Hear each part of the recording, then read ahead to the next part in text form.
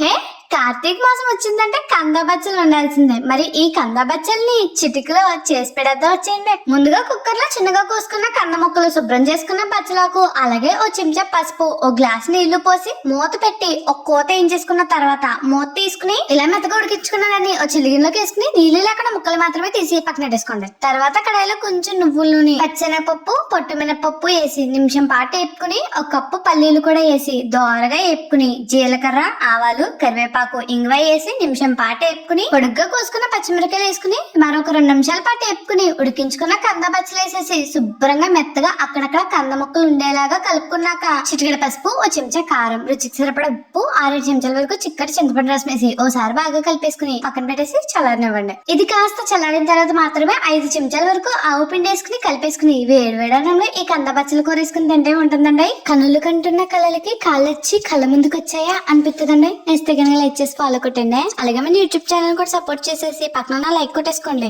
ఉంటాను మరి.